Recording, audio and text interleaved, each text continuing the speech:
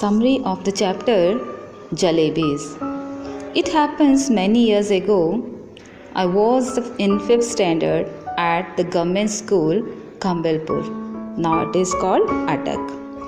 One day I went to school with 4 rupees in my pocket to pay the school fee and the fund. When I got there, I found that the teacher who collected the fee, Master Ghulam Muhammad, was on leave. So, the fee would be collected the next day. All through the day, the coins simply sat in my pocket. But once school got over and I was outside, they began to speak. Alright, coins don't talk. They jingle. Oh yes, they go on khanak khanak. But I'm telling you that the day actually they spoke. One coin said, "What are you thinking about? Those fresh hot jalebis coming out of the kadhai in the shop over there. They are not coming out for nothing. Jalebis are meant to be eaten, and only those with money in their pocket can eat them." But I said, "Look here, you 4 rupees. I said to them, I am a good boy. Don't misguide me, or it won't be good for you. I get so much at home that I consider even looking at something in the bazaar a sin. And you are my fee and fund money. If I spend you today, then how shall I show my face to Master Ghulam Muhammad in school tomorrow? And after that to Allah Mia at Qayamat? You probably don't know it, but when Master Ghulam Muhammad gets angry and make you stand on the bench, he simply forgets to let you sit till the last bell rings. So, it's best you stop chewing all my ears like this and let me go home straight." But finally, I lost my patience. I grabbed all 4 rupees and 4 coins and held them tight in my fist, and then they were silent. After taking a few steps, I loosened my grip. Immediately, the oldest coin said, "Here we all trying to tell you something for your own good and you try to strangle us instead. Tell me honestly now, don't you feel like eating those hot jalebis? And then, if you do ending up spending us for today, won't you get the scholarship money tomorrow?" The coins said, "Just buy sweets with the fee money and fee with the scholarship money. End of the story. Kissa khatam, paisa hazam." "What are you saying isn't right," I replied. "But isn't that wrong either? Listen, stop blabbering me and let me think. I'm not a common sort of boy." "But then these jalebis are not common sort of jalebis either. They are crispy, fresh and full of sweet syrup." My mouth watered, but I wasn't able to be swept away so easily. In school, I was among the most promising boys. In the 4th standard exam, I had even won a scholarship of 4 rupees a month. Besides, I came out from particularly well-to-do family, so I enjoyed considerable prestige. I never once even beaten so far, and on the contrary, Masterji has got me to beat the other boy. And for a child, such status, standing there in the middle of the bazaar eating jalebis, no, it wasn't right. I decided. I just clenched the rupees in my fist and came home. When I reached home and sat on the bed, they began to speak. I went inside to have lunch. They began to strike. Thoroughly fed up, I rushed out of the house barefoot and ran towards the bazaar. Terrified I was, but quickly I told the halwai to wait a whole rupee's worth of jalebis. His astonished look seemed to me by asking, where I had the hand cart in which I would carry all those jalebis. Means those were inexpensive days, right? 1 rupees fetched more than 20 rupees. Just then I saw Chacha Jaan coming from the Tanga. I just ran into a gully. When I reached in a safe corner, I began to devour the jalebis. Means started eating hungrily the jalebis.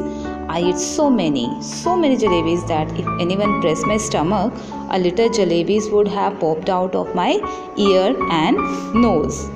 Very quickly, the boys from the entire gully, they assembled there. And by that time, I was so pleased with my stomach full of jalebis. So, I started handing out jalebis to the children around.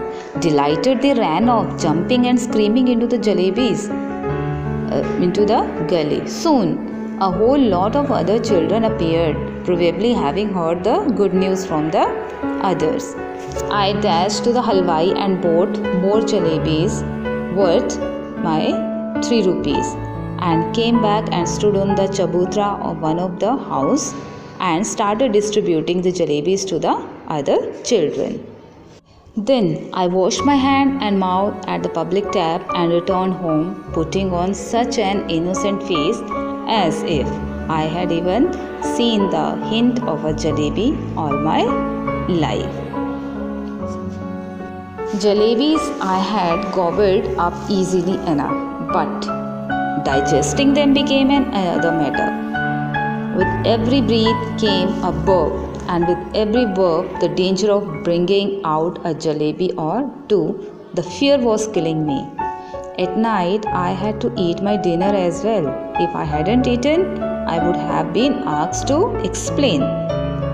And if I pretend illness, the doctor would have been summoned, and the doctor, after feeling my pulse, had declared, Munna has eaten mound of jalebis, I would simply die.